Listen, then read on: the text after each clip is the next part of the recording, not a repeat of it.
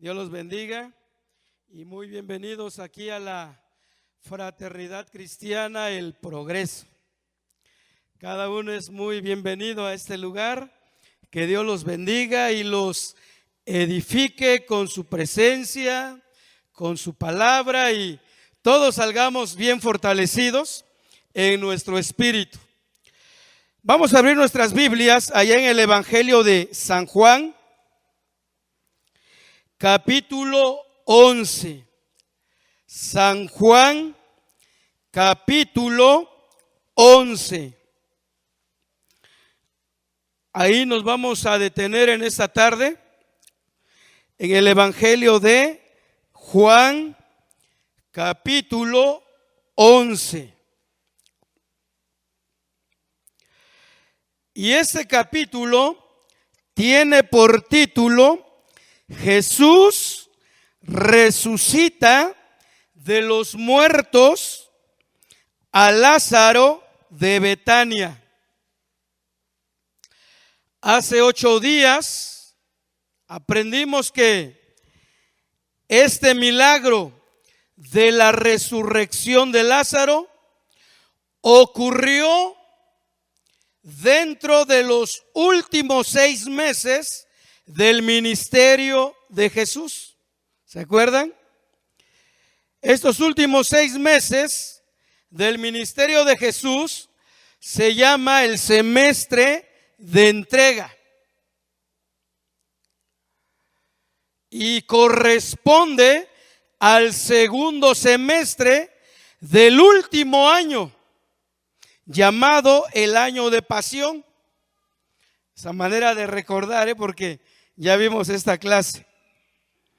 Entonces, dijimos también que entre la fiesta de la dedicación, que se celebraba en el mes de diciembre, o como lo dice el mismo apóstol Juan, en invierno, entre esta fiesta y la fiesta de la Pascua, que se celebraba en abril, ocurrió la resurrección de Lázaro.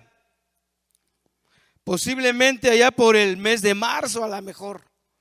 No se sabe con exactitud, pero tuvo que ser un poco antes de la fiesta de la Pascua. Vamos a entrar de lleno a la lectura. Juan 11:1. Juan 11:1. Estaba entonces enfermo uno llamado Lázaro, de Betania, la aldea de María y de Marta, su hermana. María, cuyo hermano Lázaro estaba enfermo, fue la que ungió al Señor con perfume y le enjugó los pies con sus cabellos. Aquí el apóstol Juan está adelantando también un suceso que realizó María, la hermana de este Lázaro, que ahorita vamos a ver, muere, pero luego resucita. Yo les pido que en su casa puedan leer Juan 12, y en el verso 1 dice que 6 días antes de la Pascua llegó Jesús a Betania. Es decir, Jesús y sus discípulos llegaron 6 días antes de la fiesta de la Pascua, y esto caía un día viernes, y ahí se hospedaron, y el día sábado le hicieron una cena. Hace 8 días dije que era una fiesta, pero como sea, pues era una cena, ¿no? Alegre, gozosa, porque estaba el maestro. Y dice que le hicieron una cena, y fue en esa cena donde María, la hermana de Lázaro, derramó un perfume muy caro a los pies del Señor y luego los enjugó con sus cabellos. Eso dice el verso 2. Vamos al verso 3. Enviaron pues las hermanas para decir a Jesús: Señor, he aquí, el que amas está enfermo. Ahí empieza nuestra historia de hoy. Marta y María enviaron mensajeros a Jesús. Recordemos que él estaba en la región de Perea, en la provincia de Perea, en la parte sur, junto al río Jordán, en un pueblito llamado Betábara. Y llega pues la noticia a Jesús, y miren cómo dice esta noticia: Señor, he aquí, el que amas está enfermo. Ni siquiera hubo necesidad de decir: ¿te acuerdas de Lázaro? Señor, ¿tienes noción de quién es Lázaro? Aquel que frecuentemente te recibe, te hospeda y te alimenta con tus discípulos. No fue necesario decir todo eso. Simplemente los mensajeros dijeron: el que amas está enfermo. Aquí hay algo muy importante que aprender. ¿Por qué si Jesús amaba a Lázaro, enfermo? Y de repente situaciones de esta índole pueden confundirnos de nuestra fe en Dios. Cuando lo experimentamos de manera personal, o cuando vemos en alguien que a simple vista vemos que es un buen creyente, es un buen hijo de Dios, tiene mucha fe, es un servidor fiel, es de buen testimonio, es de fe, lleno del Espíritu Santo. Pero de repente puede venir una situación difícil a su vida, como en el caso de Lázaro. Lázaro disfrutaba una comunión muy cercana, muy íntima con el maestro. El maestro amaba a toda la familia y viceversa. La familia amaba al maestro. Entonces, cuando vemos una relación entre un creyente y Dios de que es excelente, y puede venir una enfermedad, puede venir algún problema económico, algún problema laboral, quizás algún accidente o X o Z, pues decimos: ¿qué pasa? ¿Qué no se supone que está muy cerquita de Dios? ¿Qué no se supone que es muy espiritual? Porque ya hasta hay frases muy religiosas de prejuicios para criticar a alguien cuando está pasando una situación difícil, pero que se entiende de que lleva una buena relación con Dios. Y entonces viene una duda, viene una confusión y decimos: ¿qué pasa? ¿Quién está fallando realmente? ¿Mi hermano, mi hermana, o Dios está fallando? Y en este verso, hermanos, este verso puede despejar esa duda, esa confusión que muchas veces viene a nuestra vida. Lázaro era alguien amado por Jesús, muy amado por Jesús. Sin embargo, enfermó. Sin embargo, enfermó. Entonces, ¿dónde está el problema aquí? Si Dios le amaba, si Jesús en persona, ya estando él más frecuentemente entre Perea y Judea, y había una cercanía más con la familia, ¿por qué entonces la cercanía de Jesús, las enseñanzas de Jesús no evitaron que Lázaro enfermase? Yo digo que la respuesta es muy simple. No le hace que seamos muy amados de Dios, porque es un hecho que Dios nos ama. No le hace que seamos personas de mucha oración, de mucha palabra, mucha Biblia, mucha meditación en la palabra. No le hace que seamos muy serviciales en la iglesia o fuera de la iglesia. No importa que seamos fieles en nuestros diezmos y ofrendas, mientras vivamos en un cuerpo corruptible, mientras vivamos en un cuerpo mortal, no estamos a salvos, en este caso, de una enfermedad. Recordemos que nuestro espíritu, nuestra alma ya fue redimida, pero falta una parte de nuestro ser que sea redimida, y principalmente de la muerte.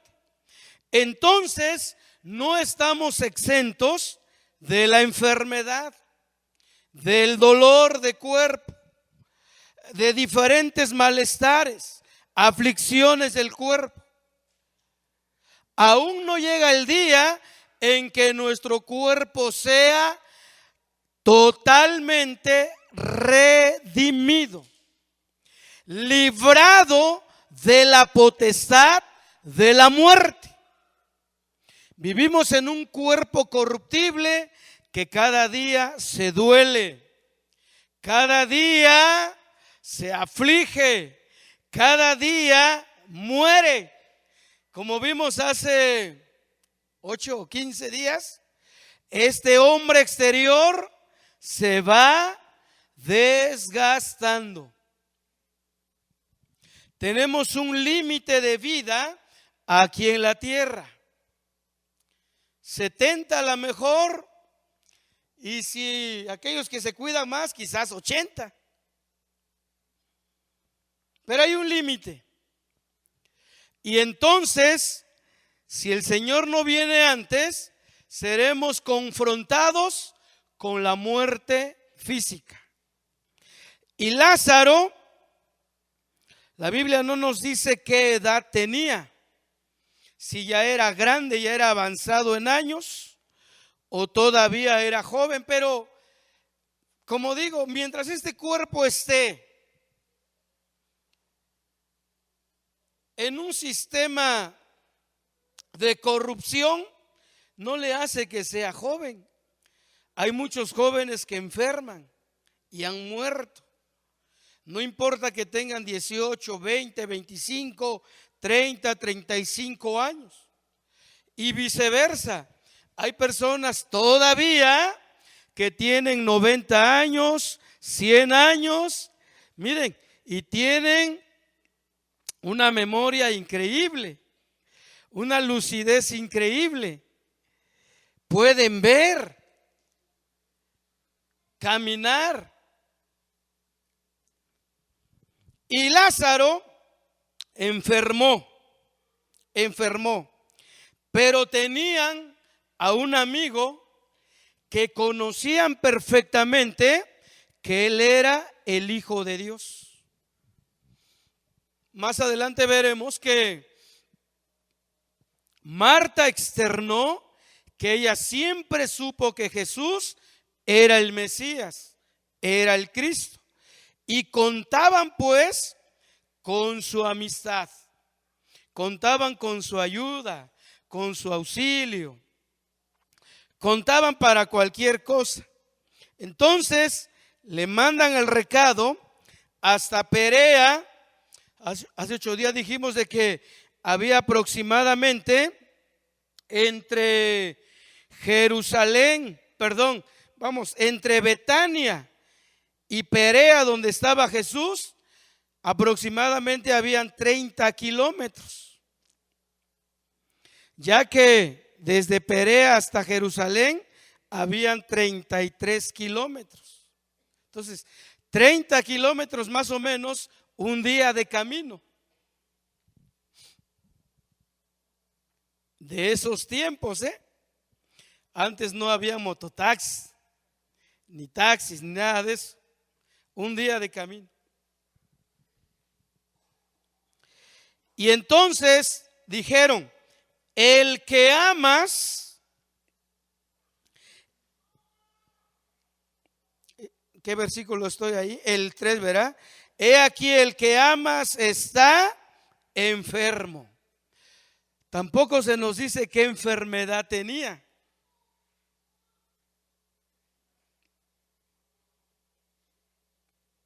Pero era una enfermedad grave, tan grave que lo llevó a la muerte así, en cuestión de 2, 3 o 4 días, así, muy grave la enfermedad. Verso 4. Oyéndolo Jesús dijo: esta enfermedad no es para muerte, sino para que la gloria de Dios, para que el Hijo de Dios sea glorificado. Había un propósito divino en la enfermedad de Lázaro.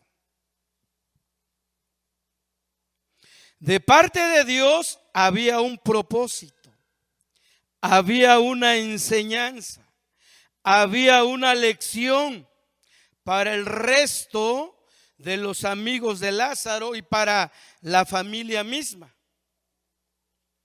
Pero sobre todo era para que Dios el Padre y el Hijo fueran glorificados. Dios siempre va a hacer cosas, va a permitir cosas para que Él sea glorificado. Y Él siempre se va a valer o va a usar instrumentos como usted o como yo para que su nombre sea glorificado. Y además para que otros puedan creer y ver la gloria de Dios. Pero también para que otros se endurezcan más. Porque no siempre los milagros es sinónimo de salvación de la gente. No siempre los milagros, no siempre las maravillas es señal de que la gente va a creer. Y lo vamos a ver más adelante. Pero podemos recordar el suceso del faraón. ¿Cuántas señales Dios hizo a través de Moisés y Aarón? Y al contrario, el faraón endurecía más su corazón. Entonces, el propósito principal en cada circunstancia es para que Dios sea glorificado, Dios sea exaltado. No oramos así, hermanos. Señor, glorifícate a través de mi vida. Úsame para que tú seas glorificado.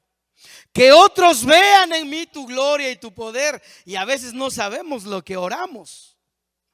Porque entonces Dios va a usar situaciones muy fuertes, muy fuertes, para que realmente Él sea glorificado.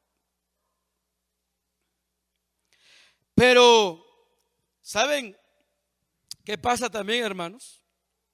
Esa es la palabra de consuelo que trae fortaleza a nosotros. Miren, para los que aman a Dios, como Lázaro, como María, o aún como Marta, aunque a Marta se le califica como una mujer muy materialista, muy terrenal. Ella siempre estaba enfocada en lo material. Pero aún así, para ella, para María y para Lázaro, que amaban a Dios, todas las cosas ayudan para bien. Esto es una ley divina universal. Esto aplica aquí en el Progreso, en Japón, en Alemania, en Argentina, al sur del continente africano, donde quiera que sea.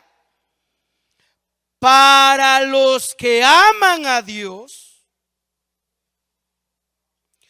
todas las cosas, así sean las más adversas, las más difíciles, las que parece que no tienen explicación, las que parece que salieron del mismísimo infierno, para los que aman a Dios, todas esas traerán un resultado bueno, un resultado glorioso, un resultado inesperado, un resultado en donde decimos, pero pues yo no me esperaba esto. Yo ya estaba pensando de lo peor. Yo ya estaba a punto de tirar la toalla. Ya estaba a punto de renegar mi fe con Dios. Lo que no se percató es de que amaba a Dios con todo su corazón. No importa el problema, la situación, la circunstancia, la amenaza, lo que sea, aún una enfermedad como de muerte. Y aún aunque llegara la muerte, para los que aman a Dios, todas las cosas ayudarán para bien.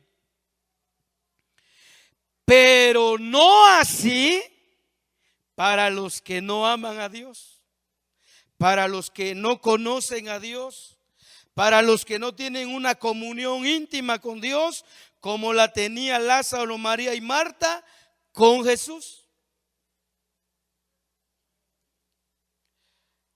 Sabemos que el impío irá de mal en peor, de mal en peor, de mal en peor, hasta que sea exterminado.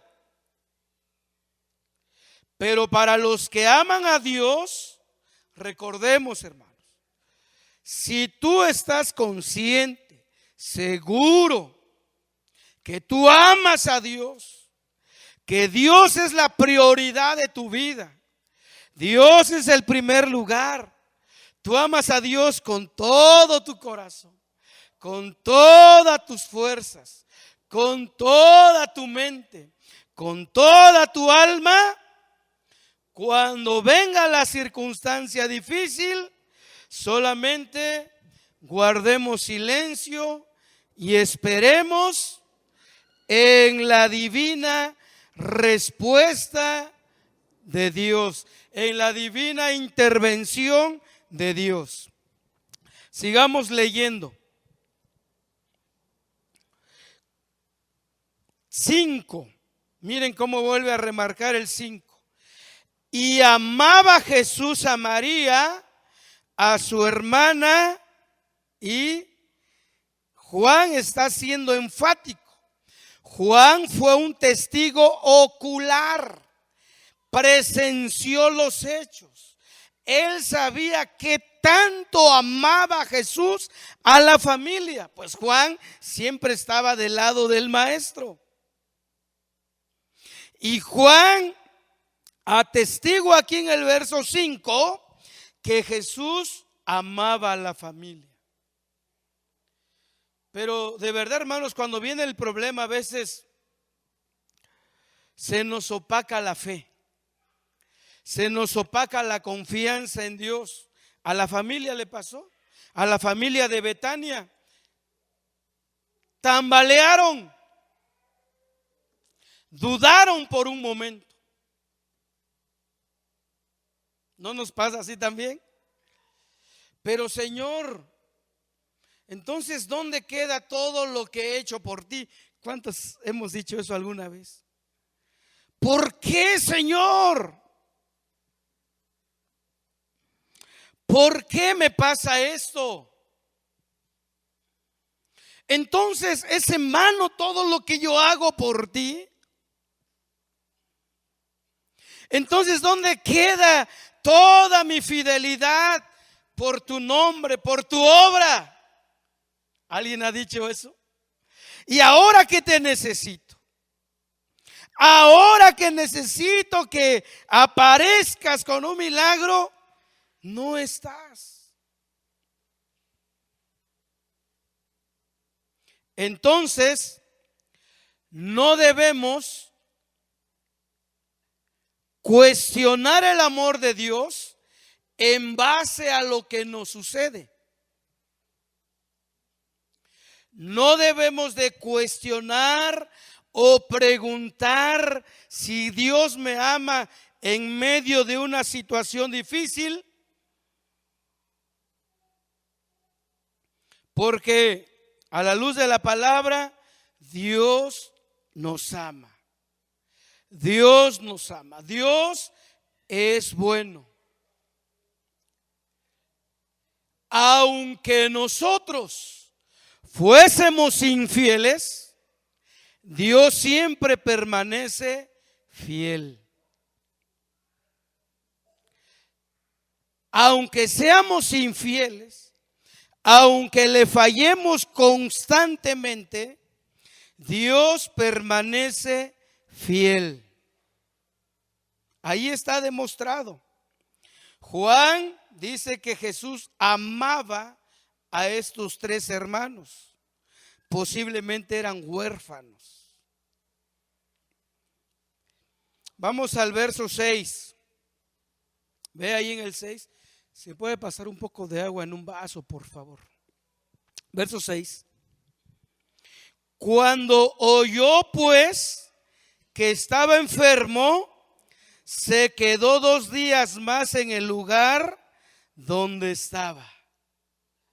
Miremos aquí, aprendamos la reacción de Dios. Aquí aprendemos algo en este versículo.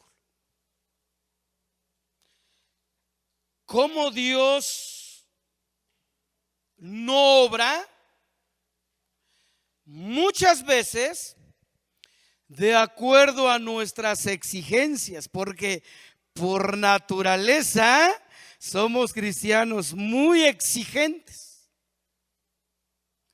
y a veces hasta le tronamos los dedos al Señor. ¿Cuándo, Señor?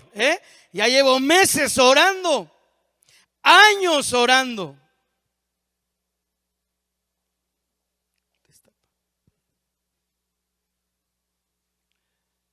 ¿Cuántos llevan años orando por alguna situación? Yo sé que sí, meses. Yo sé que sí hay personas que fielmente están orando, orando, orando, orando.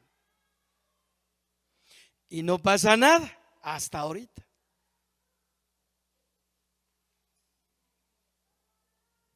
Sin embargo, los tiempos de Dios no son nuestros tiempos.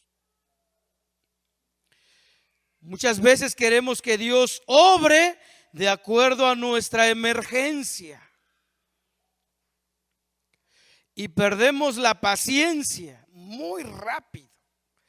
Nos enojamos con Dios, peleamos con Dios, nos desquitamos con Dios y algunos hasta decimos, ahora ya ni voy al templo. Si para eso voy al templo, mejor estaba bien como estaba antes. Esa es una frase muy favorita en los cristianos. Estaba yo mejor antes, dice. Me iba mejor. Y ahora me va peor. Pero no es así. Lo que pasa es de que nuestros pensamientos no son los pensamientos de Dios, ni nuestros caminos son los caminos de Dios. Él hace todas las cosas de manera perfecta. Cuando Dios aparentemente está en silencio, es porque Él está obrando. Cuando Dios aparentemente está callado y no responde, es porque está obrando. Cuando todo se pone en silencio a nuestro alrededor, Dios está obrando. Necesitamos aprender a guardar silencio y a esperar en Dios antes que murmurar, antes que quejarnos, antes que dudar de su amor, de su poder.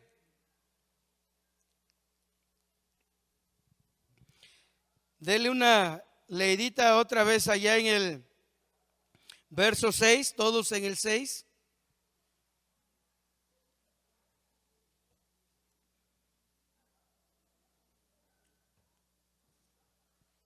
Y es que, sinceramente, hermanos, esperar en Dios es difícil. No es cosa fácil. Esperar en ti, difícil sé que es. Mi mente dice no, pero mi corazón confía. Pero tenemos que esperar pacientemente en la tormenta. Y aunque la duda nos atormente, tenemos que confiar en la provisión de Dios. Porque Dios ahí siempre va a estar. Siempre. Verso 7. No, pero el 6 está increíble, ¿verdad? ¿Lo leyeron otra vez? Miren, a propósito, el maestro se quedó 2 días más. Ahí en el 6. Cuando Jesús se entera de la noticia, se quedó 2 días más. ¿Qué hace usted cuando se entera de un familiar que está gravemente enfermo? Deja todo y trata de llegar para, si está muy grave ya, pues para por lo menos hablar un poco con él, ¿no? O con ella. Pero Jesús, con toda la calma de la vida, se tomó el tiempo, sabía lo que estaba haciendo, El Señor lo tiene todo bajo control. Los únicos descontrolados somos nosotros. Pero Dios lo tiene todo bajo control. Todo.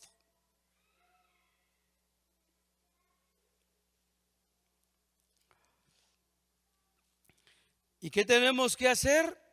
Confiar en su providencia. Pero el Señor se quedó 2 días más. Pareciera como que no le importó la enfermedad de Lázaro. Además, en su atributo de omnisciencia, él sabía que Lázaro se iba a morir. Él lo sabía,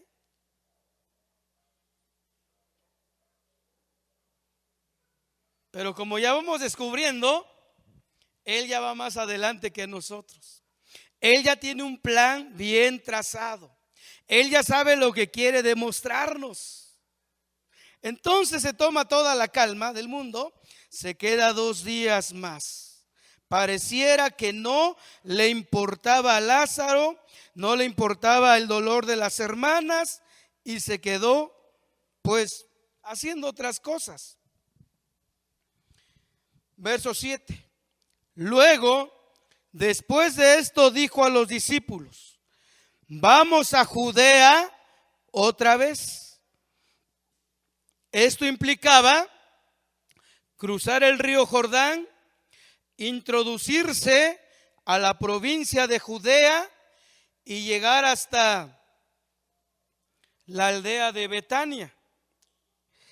Y dice el verso 8, le dijeron los discípulos: Rabí, o maestro, ahora procuraban los judíos apedrearte, y otra vez vas allá.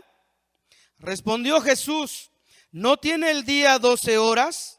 El que anda de día no tropieza porque ve la luz de este mundo, pero el que anda de noche tropieza porque no hay luz en él.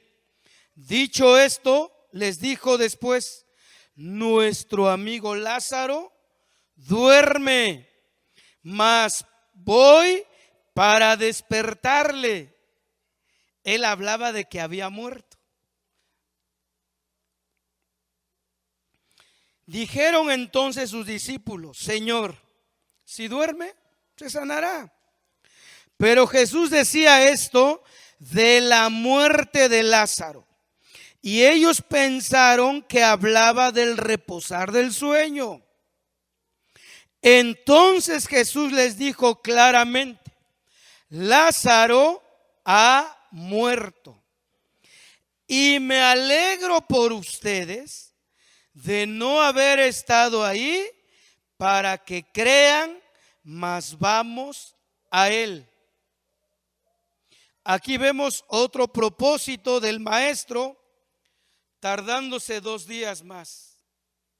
¿Cuál era? Que la fe de los discípulos creciera, aumentara a través del milagro que estaban próximo a observar. El propósito de Jesús era para que creciera la fe de los discípulos. Muchas veces, o mejor dicho, los problemas tienen como propósito fortalecer nuestra fe.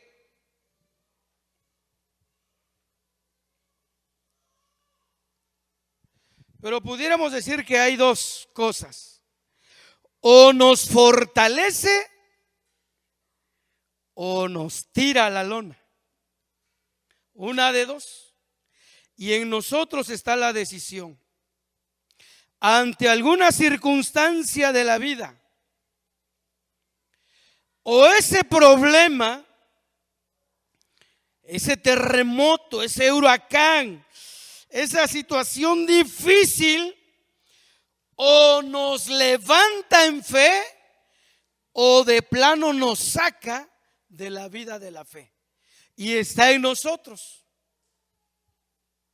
el que suceda cualquiera de estas 2 cosas. O nos fortalecemos, o de plano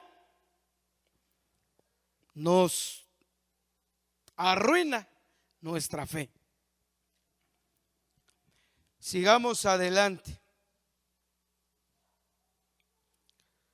16. Dijo entonces, bueno, Tomás siempre decía cada cosa, ¿verdad? Va llamado el Dídimo con sus discípulos. Dijo entonces Tomás, llamado Dídimo, a sus condiscípulos: vamos también nosotros para que muramos con él. 17. Vino pues Jesús y halló que hacía ya 4 días que Lázaro estaba en el sepulcro. Ya 4 días. ¿Lo sabía Jesús? Sí, lo sabía. 18.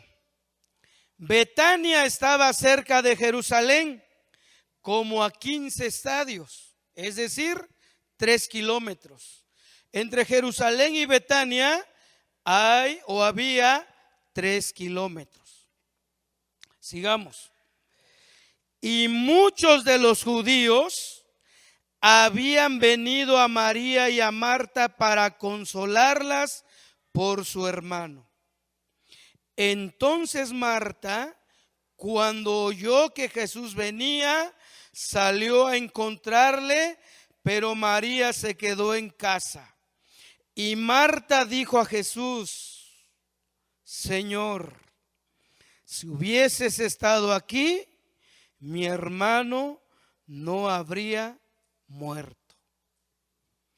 ¿Qué había en Marta? Confusión, algo de decepción, reclamo. Quizás le habló con un tono así un poco enojadita, ¿no? Porque así somos. Cuando alguien no acude a nuestro llamado, cuando alguien se tarda más, ¿qué decimos? Pues ¿dónde está el amor, pues? ¿Dónde está el amor de los hermanos? Que mejor este inconverso me ha venido a ver. Era la misma actitud de Marta. Un reclamo a Jesús. Es lo que les decía hace rato. Solemos reclamarle a Dios, enojarnos con Dios. Ahora ya no voy, ahora ya no canto, ahora no levanto las manos. Bueno, que de por sí algunos ni la levantan, ¿verdad? Eso ya no es novedad. Ahora ya no oro, ya ahora, como si Dios tuviese la culpa. Nos desquitamos con Dios. Tomamos la actitud de Marta y le reclamamos. Porque no entendemos de que si tú amas a Dios, es cuestión de paciencia y esa situación se tornará para algo bueno.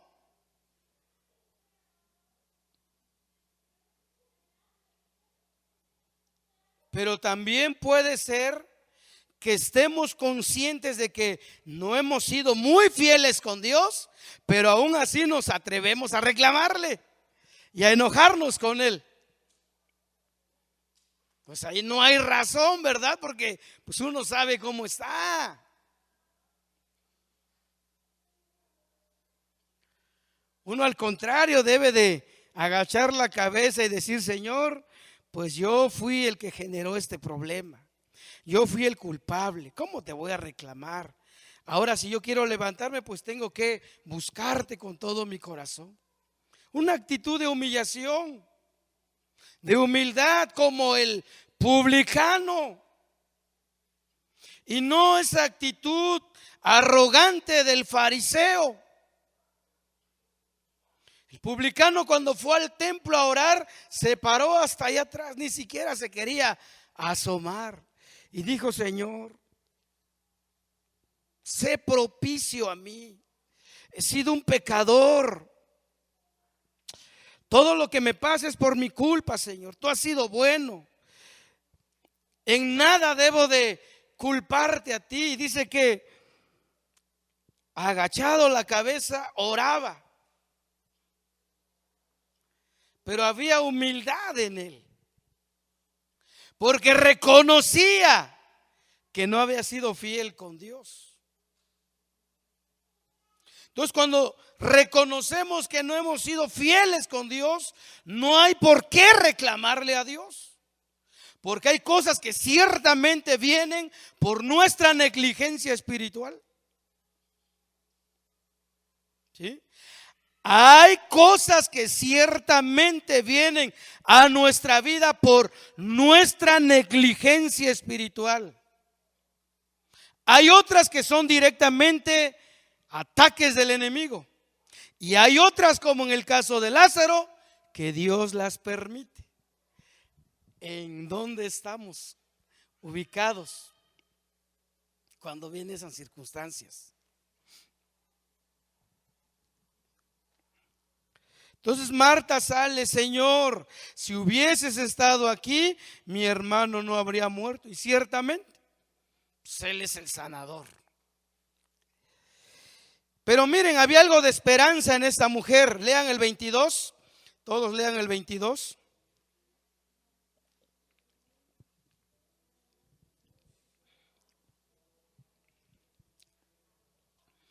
Mas también sé ahora que todo lo que pidas a Dios, Dios te lo dará. Jesús le dijo: tu hermano resucitará. Fue muy afirmativo el Señor. Fue muy claro.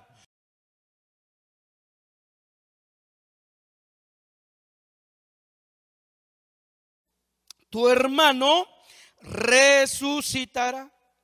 Marta le dijo: yo sé que resucitará en la resurrección en el día postrero. Marta sabía la doctrina de la resurrección. Sabía que un día habría una resurrección. Ella sabía que su hermano iba a resucitar. Entonces, ¿por qué estaba triste y molesta? Porque pues no quería que su hermano muriera tan pronto, que Dios se los prestara otros años más. Pero ella sabía que había resurrección, Como buena judía, sabía que había resurrección de muertos. Pero ahora escucha algo que nunca había escuchado. Jesús le dijo: yo soy la resurrección y la vida. El que cree en mí, aunque esté muerto, vivirá. Esta respuesta no era solamente para Marta, sino para todos los que ahora creemos en Cristo Jesús. Jesucristo es la resurrección y la vida. Jesucristo es la resurrección. Él es el único que tuvo la potestad de volver de la muerte, vencer a la muerte. Él dijo: Marta, qué bueno que conozcas sobre la resurrección futura, pero mírame, yo soy la resurrección. Yo soy. Miren esa palabra tan poderosa. Yo soy. Él es el único que pudo vencer a la muerte. Él es la vida. Jesucristo, hermanos, es la vida. Los que nos visitan, los que empiezan, Jesucristo es la vida. Además es el camino y también la verdad. Entonces, lo que Él dijo que era la resurrección es cierto, es verdad. Por fin apareció el Hijo de Dios para ponerle un alto a la muerte. Porque hasta ese entonces, hasta antes de que Jesucristo resucitara, todo mundo, toda la humanidad temía, pero de manera extrema, a la muerte. Ahora sabemos que la muerte es un paso para la eternidad. Ahora sabemos que en la muerte nuestro cuerpo está en el polvo, descansa ahí, pero un día será levantado. Por fin apareció el Hijo de Dios para decir: yo soy la resurrección y la vida. El que cree en mí, aunque esté muerto, vivirá. En otras palabras, no te preocupes. Lázaro creía en mí. Lázaro supo que yo era el Mesías. Lázaro supo que yo era el que había de venir. Entonces él va a resucitar sin duda alguna. Y sigue diciendo, y todo aquel que vive y cree en mí no morirá eternamente. Todo aquel que vive y cree en Jesucristo, y si un día la muerte nos sorprende, no moriremos eternamente. Es decir, no estamos perdidos. Los que creemos en Cristo Jesús, no hay nada perdido.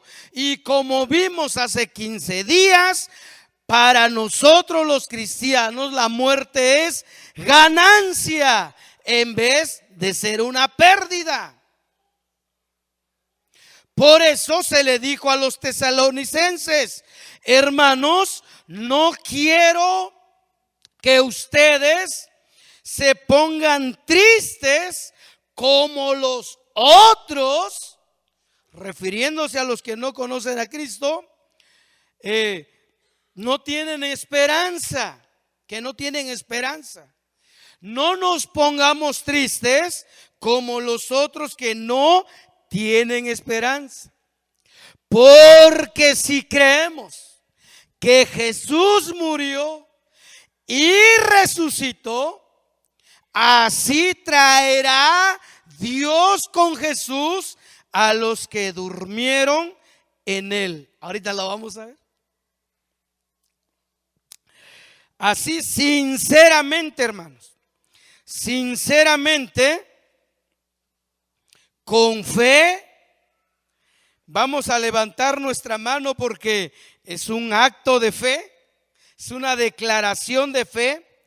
Vamos a levantar nuestra mano derecha, los que creamos en Jesús, los que creamos que Él es la resurrección, y no importa que si un día vamos a morir, no estamos perdidos.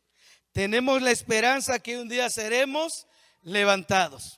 ¿Cuántos lo creen con todo su corazón? Miren cuántos ya van para el cielo. Baje su mano. ¿Habrá alguien que no lo levantó? En esta noche yo te motivo a que creas en el único y verdadero Hijo de Dios. Créelo con todo tu corazón y decídete a seguirlo. Decídete no solamente a creerlo aquí de manera superficial en tu mente, de solamente saber que sí existe un Dios, que alguien vino hace 2000 años, pero que ni siquiera sabes cuál fue su misión. No, tienes que creer que Jesucristo es el Hijo de Dios y que Él vino para darnos vida. Él vino para resucitarnos, para darnos esperanza. Y que no hay perdición, no hay nada en vano para los que creemos en Cristo Jesús.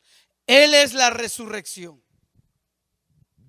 Él es la vida, hermanos. Él es la vida. Miren, vamos a Primera de Tesalonicenses ya para acabar. Primera de Tesalonicenses capítulo 4.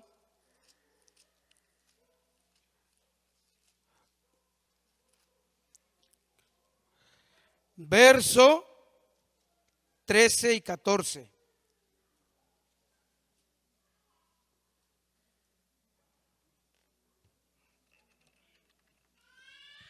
Primera de Tesalonicenses 4, 13 y 14. Esta es la palabra de fe que predicamos. Esta es la palabra de fe que predicamos. Tampoco queremos, hermanos, que ignoren acerca de los que duermen, para que no os entristezcáis como los otros que no tienen esperanza. Los hijos de Dios tenemos esperanza. Amén. Dígalo fuerte, amén. Los hijos de Dios tenemos una esperanza viva. Una esperanza viva. No como los otros que no lo tienen, que viven en incertidumbre, que piensan que la muerte se acabó todo. Bueno, si tuvieron un familiar que no creyó en Jesús, allí sí fue una total pérdida. Pero le está hablando aquí a los creyentes. 14. Porque si creemos que Jesús murió y resucitó, ¿cuántos creemos que Jesús murió y resucitó? ¿Están seguros? Allá atrás, ¿están seguros? Que se oiga más fuerte el amén. Si creemos que Jesús murió y resucitó. Ahí está, miren, parte de lo que es el evangelio.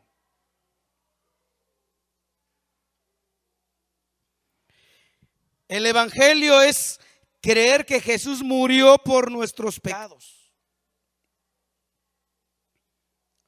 Él no murió así nada más por así. Él murió por nuestros pecados. Padeció bajo el poder de Poncio Pilato. Así reza el credo de los apóstoles. Padeció bajo el poder de Poncio Pilato.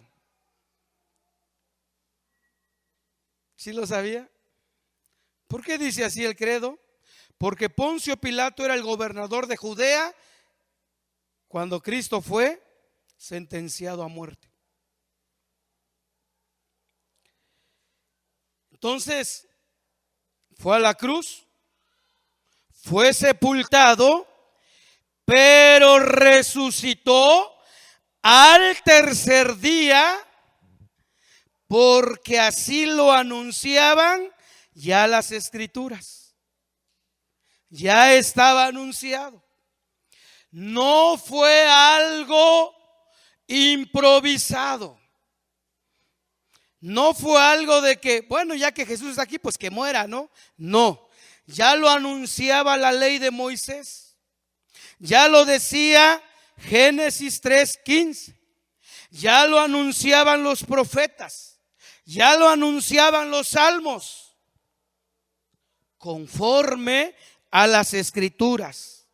Por eso ahora, si nosotros creemos que Jesús murió y resucitó, así también traerá Dios con Jesús a los que durmieron en él. Si aquí habemos personas que creemos que Jesús murió y resucitó, entonces así también traerá, fíjense, traerá Dios con él a los que durmieron en él. Voy a leer otra vez la segunda parte. Así también traerá Dios con Jesús a los que durmieron en él. ¿Qué quiso decir el apóstol Pablo? Que cuando Cristo venga por la iglesia, cuando suene la trompeta, cuando la trompeta suene en aquel día final. Entonces, cuando suene la trompeta, Dios el Padre traerá con Jesús. ¿A quiénes traerá? ¿A quiénes traerá con Jesús? Las almas de aquellos que murieron creyendo en Él. Entonces, cuando Cristo venga hasta las nubes, le acompañarán, aparte de los ángeles, vendrán las almas de todos los cristianos. Vendrán con Jesús.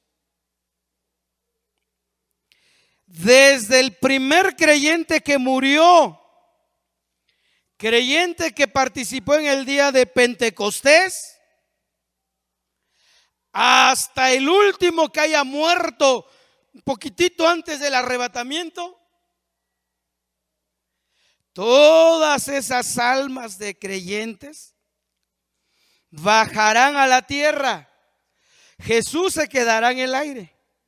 Jesús se quedará hasta las nubes. Y las almas de todos aquellos que murieron con Jesús bajarán a buscar sus cuerpos. Algunos vendrán aquí al cementerio de Axompa. Otros al de allá, al otro cementerio. Otros al cementerio de San Jacinto. Otros al de Pueblo Nuevo. Otros al de Montoya, San Martín, el Panteón General, Panteón Jardín, etcétera, etcétera. Y bueno, de todos los panteones del mundo, y no solamente panteones o cementerios, de donde hayan quedado los cuerpos de todos aquellos que murieron en Cristo Jesús, bajarán sus almas a buscarlos y entrarán en ese cuerpo, en ese polvo primero, ¿verdad? Pero Dios es su gran poder. Así sea un solo átomo que se encuentre de ese cuerpo que quedó ahí en el polvo, en la tierra, Dios formará el cuerpo nuevamente y entrará el alma.